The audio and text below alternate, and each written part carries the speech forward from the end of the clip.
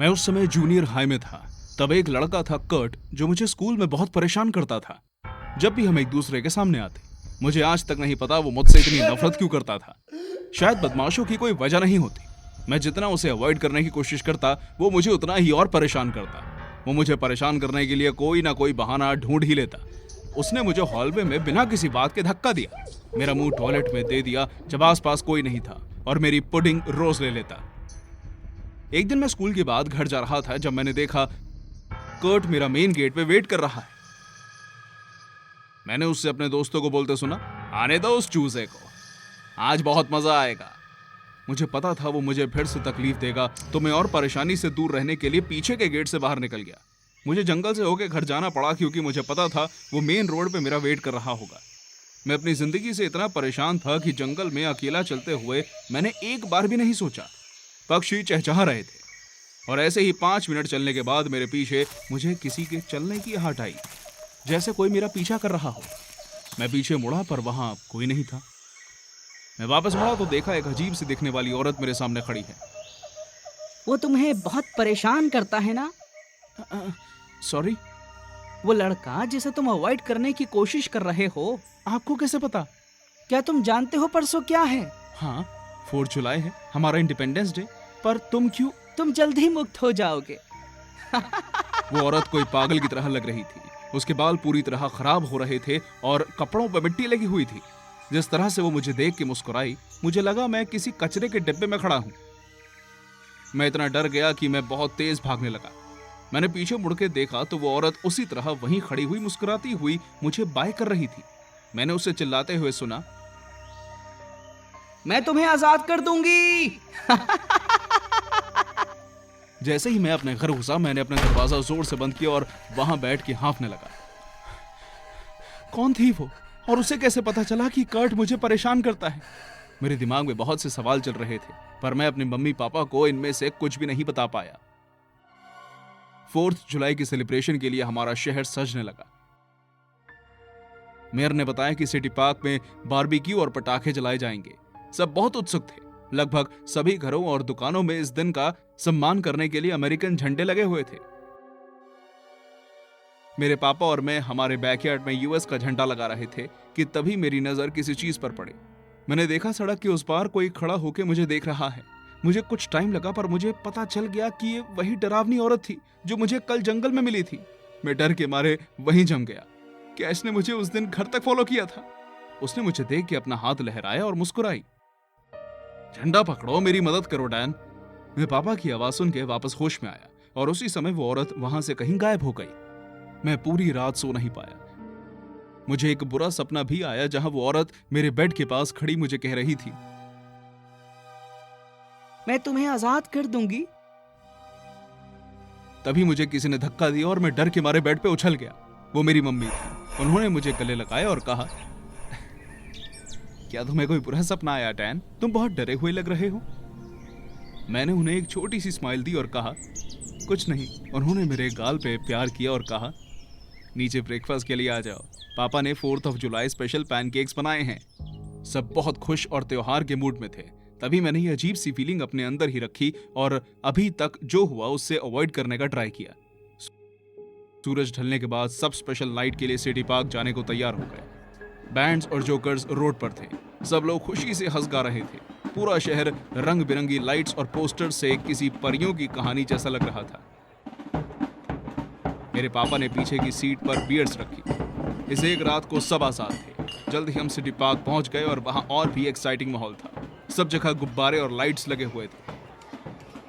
Music boxes में अच्छा music बज रहा था और पार्क के बीच में कुछ लोग पटाखे इंस्टॉल कर रहे थे। बच्चे आइसक्रीम ट्रक्स के आसपास भाग रहे थे। ताजे बारबेक्यू चिकन की स्मेल से मुझे भूख लग रही थी। मैं कुछ लेने जा ही रहा था कि तभी किसी ने पीछे से मेरा कॉलर पकड़ा। मजे आ रहे हैं बेटे। कर्ट अपने 2 चमचों के साथ वहां खड़ा था। उसने मुझे देख के बहुत मतलबी तरीके से स्माइल किया और कहा, तुम्हें लगता है तुम मुझसे ज्यादा समझदार हो, हैं? कर्ट, मैं आज रात कोई मुसीबत नहीं चाहता। मुझे अकेला छोड़ दो प्लीज। ओह, देखो तो इसे। रिलैक्स करो बेटा, आज हम सब यहाँ मजा ही करने आए। मैं बस चाहता हूँ तुम हमारे साथ आ जाओ, बस। मुझे पता था वो मेरे लिए कुछ गंदा ही प्लान कर रहा है, क्योंकि कर्ट के लिए मजे करना मतलब किसी को परेशान करना है। मैंने मम्मी पापा को दूर खड़े अपने दोस्तों के साथ एंजॉय करते देखा। इससे पहले कि मैं उन्हें बुला पाता, कर्ट ने मेरी टी शर्ट खींची और मुझे पार्क के अंधेरे कोने में ले जाने लगा। पार्क जंगल से लगा हुआ है और वो मुझे उन झाड़ियों में ले गया जहां हमें कोई नोटिस भी नहीं कर पाता। उसने मुझे जमीन पर धक्का दिया। हैप्पी 4th ऑफ जुलाई दोस्तों, आज का मनोरंजन ये चूजा डैन है। उसके दोस्तों ने भी उसका साथ दिया। मैं जमीन पर बैठा रहा और वो मुझे मारते रहे। मुझे जाने दो प्लीज, बहुत हो गया। ओह, किसी को गुस्सा रहा है, ये तो बदल गया है। क्या कर लोगे तुम चूजे, मुझसे लड़ोगे? मैं तुम्हें आखिरी बार कह रहा हूं कर्ट। किसी में ज्यादा दम आ गया है। वो मेरे पास आया और मेरे बाल पकड़ लिए। बाकी दोनों लड़कों ने मुझे जमीन पे लटा दिया। तुम्हें पता है मिट्टी का कैसा टेस्ट होता है? चलो तुम्हें ट्राई करवाते हैं। कराएं? इससे पहले मैं कुछ कह या कर पाता, उसने मेरा चेहरा जमीन से रगड़ना शुरू कर दिया। मिट्टी और गंध मेरी आंखों और नाक में चला गया और मैंने खांसना शुरू कर दिया। मुझसे सांस भी नहीं लिया जा रहा था। मैं मदद के लिए चिल्लाना चाहता था पर मुझे मौका नहीं मिला। अचानक पता नहीं ऐसा क्या हुआ और उसने मुझे जाने दिया। मैं अपने पेट के बल जमीन पे गिर गया और अपनी धुंधली आंखों से देखा वो दोनों लड़के डर के मारे भागे जा रहे थे, जैसे उन्होंने कोई भूत देख लिया हो। मैं उठा और मैंने अपना चेहरा साफ किया। जो मैंने देखा उसने मुझे बहुत डरा दिया। वो औरत मेरे पीछे खड़ी थी और उसने कर्ट को अपनी पतली बाहों से बहुत जोर से पकड़ा था। मुझे जाने दो प्लीज, हम बस खेल रहे थे। डैन, इसे कहो कि हम सिर्फ खेल रहे थे। क्या सच में ऐसे खेला जाता है? ठीक है, मैं तुम्हारे साथ खेलती हूँ। उसके बाद उसने जो किया उससे मैं कभी नहीं भुला सकता। उसने कर्ट के चेहरे पे अपने लंबे नाखूनों से चोट पहुंचाना शुरू कर दिया। कर्ट जोर से चिल्लाया कि तभी पटाखे जलना शुरू हो गए। पूरे पार्क में खुशी का माहौल बन गया और कर्ट की आवाज उस शोर शराबे में दब गई। पर उसने एक चाकू निकाला और मेरी तरफ देखने लगी। मैंने तुम्हें कहा था मैं तुम्हें आजाद कर दूंगी। Happy independence day Dan. फिर उसने कर्ट का पेट काट दिया और उसकी आंतड़ियां बाहर आ गई और हर जगह खून बहने लगा। उस औरत ने अपना खून वाला हाथ अपने चेहरे पे मल लिया और जोर से हंसी। तुम अब आजाद हो। 4th ऑफ जुलाई मुबारक हो डैन। मैं अपनी मम्मी के पास भागा। मैंने एक सेकंड के लिए भी पीछे मुड़ के नहीं देखा। उस रात के बाद कर्ट लापता हो गया। उसके मम्मी पापा ने बहुत ढूंढा और हमने पुलिस को भी वही बताया जो हमने उस रात देखा। बाकी के दोनों लड़कों ने बताया कि कैसे उस डरावनी औरत ने उनका पीछा किया और वो अपनी जान बचाकर भागे। मैंने भी यही बोला। मैंने नहीं बताया कि उसने कर्ट को मेरी आंखों के सामने मार दिया था। ये मेरा कोई बदला नहीं है, पर कर्ट के पेरेंट्स को इतना पता रहे कि वो लापता है पर जिंदा है तो ज्यादा अच्छा है, ना कि वो मर चुका है। वो आखिरी बार था जब मैंने उसे देखा। मुझे कोई आइडिया नहीं है कि वो कौन थी और उसने कर्ट की बॉडी के साथ क्या किया, पर उसने मुझे बदमाश से आजाद करा दिया और एक डरावनी याद के साथ हमेशा हमेशा के लिए कैद कर दिया। हर साल 4th जुलाई आने के पहले मुझे गंदे सपने आने लगते हैं। हाई स्कूल की एक याद ने मेरे लिए इस दिन को शापित कर दिया है। मैं बचपन से ही बहुत बहादुर बच्चा था। मेरी मम्मी मुझे बताती हैं कि बारिश वाली दोपहर में वो सोफे पर सो गई और दरवाजा बंद करना भूल गई। एक चोर हमारे घर में घुस गया और किचन तहस नहस करने लगा। वो आवाज से उठ गई और देखा कि वो आदमी हमारी चीजें चुरा रहा है। मैं उस समय सिर्फ 10 साल का था और डरने की बजाय मैंने उस आदमी को बेसबॉल बैट से भगा दिया और वो कायरों की तरह भाग गया। पर मेरी बहादुरी भी खत्म हो गई उस 4th जुलाई की डरावनी रात में। उस टाइम मैं 15 साल का था। इंडिपेंडेंस डे सेलिब्रेशन चल रही थी। मेरी फैमिली ने मुझसे पूछा कि अगर मैं उनके साथ पटाखे जलते हुए देखना चाहता हूं, पर मेरा मन नहीं था। पटाखों में मेरा कोई इंटरेस्ट नहीं था।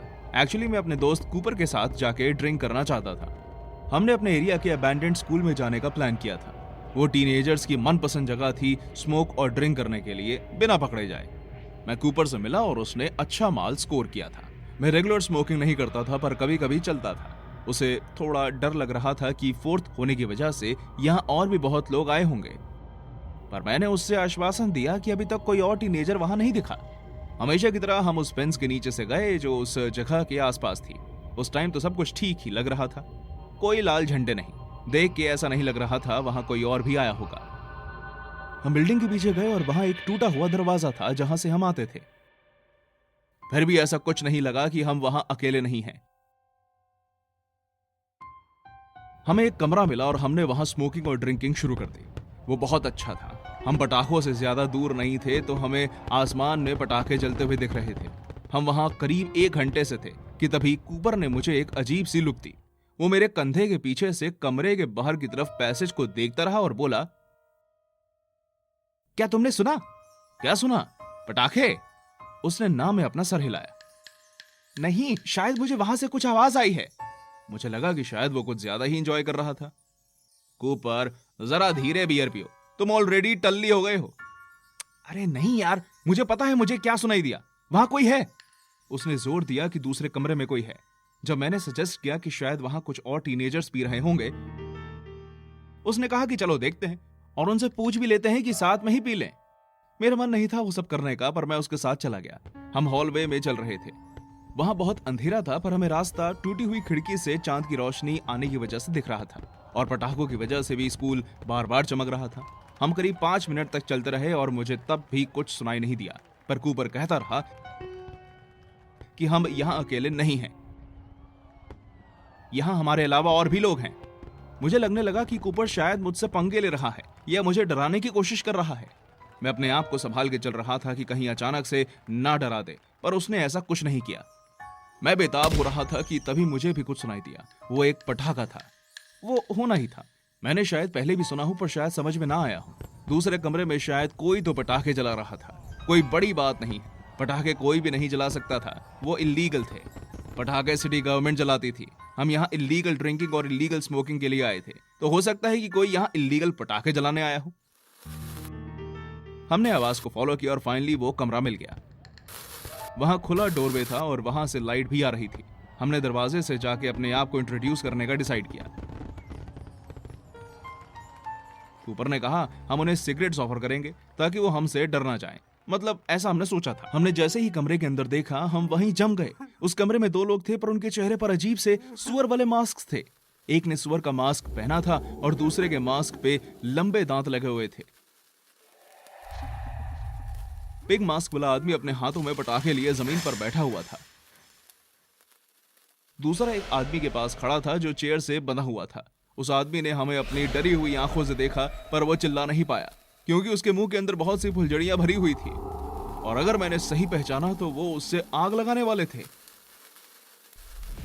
जिस आदमी ने जंगली सुअर वाला मास्क पहना हुआ था, उसके हाथ में एक बड़ी फुलझड़ी थी। तुमने देखा है कि कैसे जिसके हाथ में फुलझड़ी होती है वो हवा में कुछ लिखते हैं। उसने फुलझड़ी से हमारी तरफ ही लिखा। हमने कुछ नहीं कहा, हम बस वहां सदमे में खड़े रहे।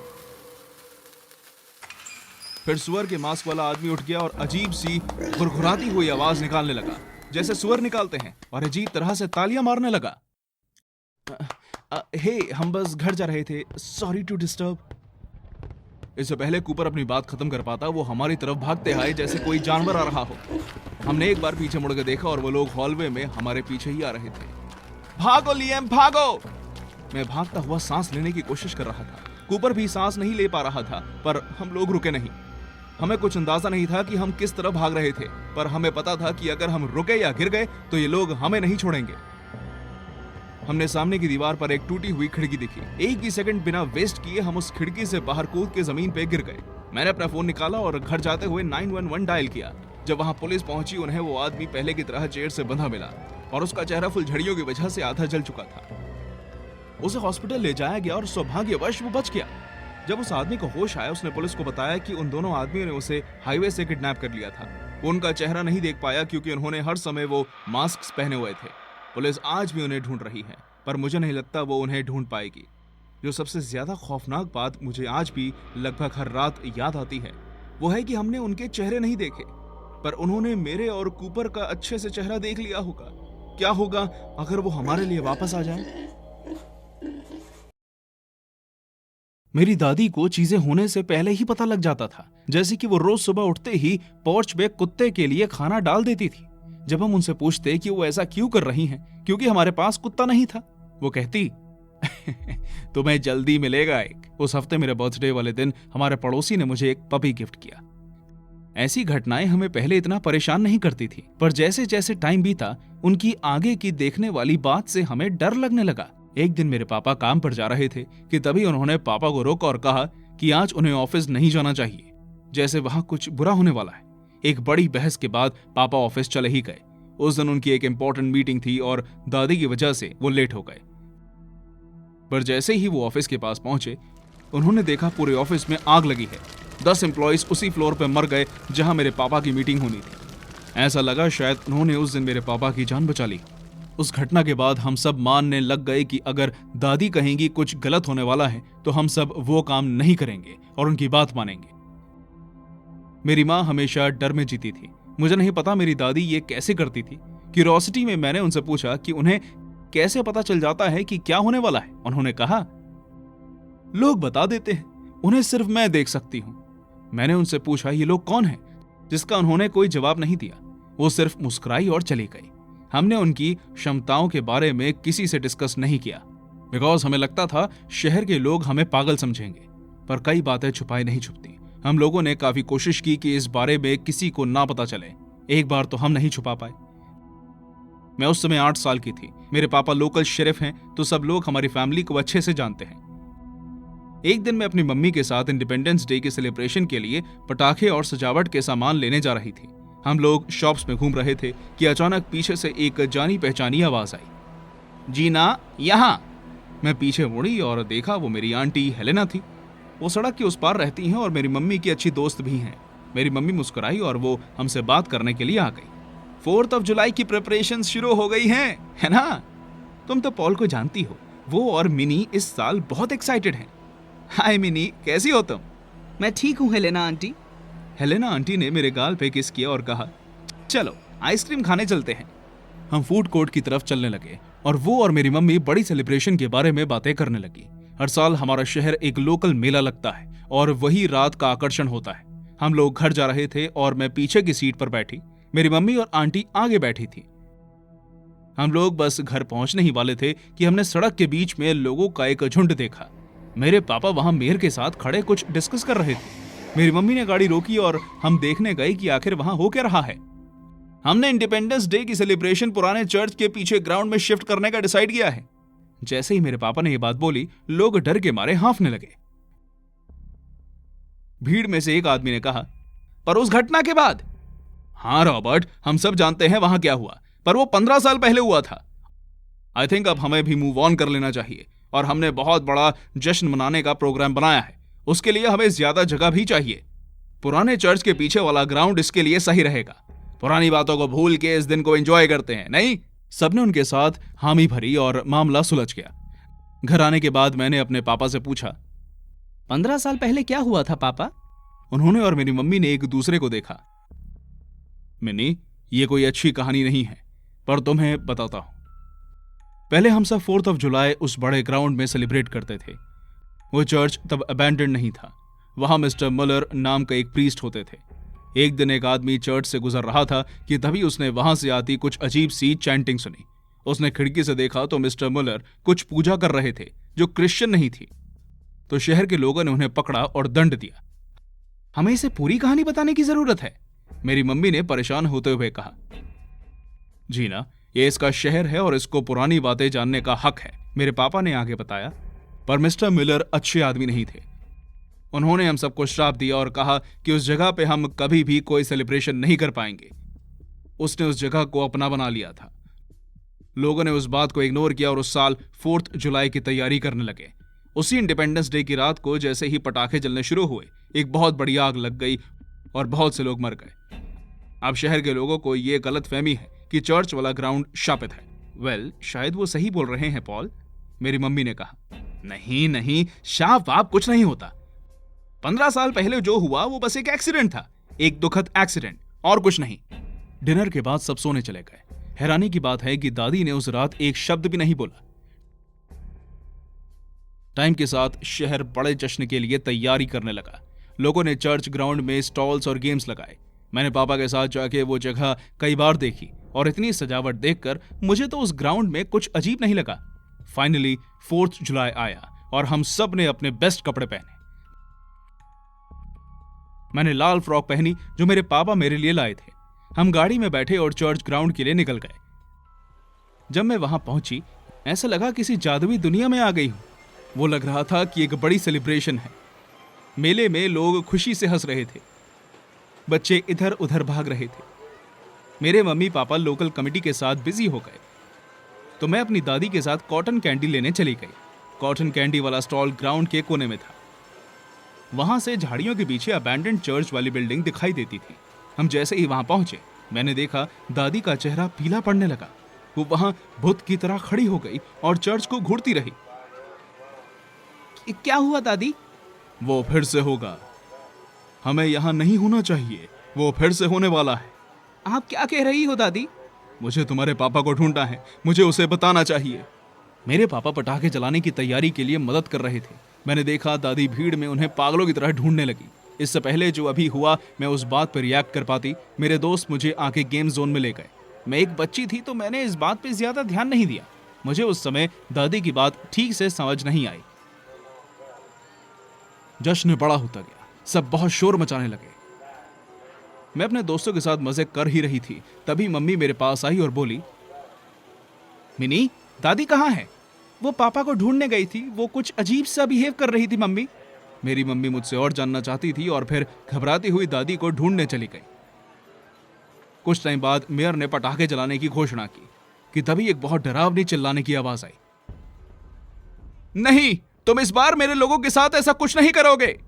हम लोगों ने देखा आवाज कहां से आई तो दादी को कॉटन कैंडी स्टॉल के पास पाया। वो किसी को अपनी बड़ी आंखों से चेतावनी दे रही थी, पर हमें वहां कोई नहीं दिखा, अबैंडन्ड चर्च बिल्डिंग के अलावा।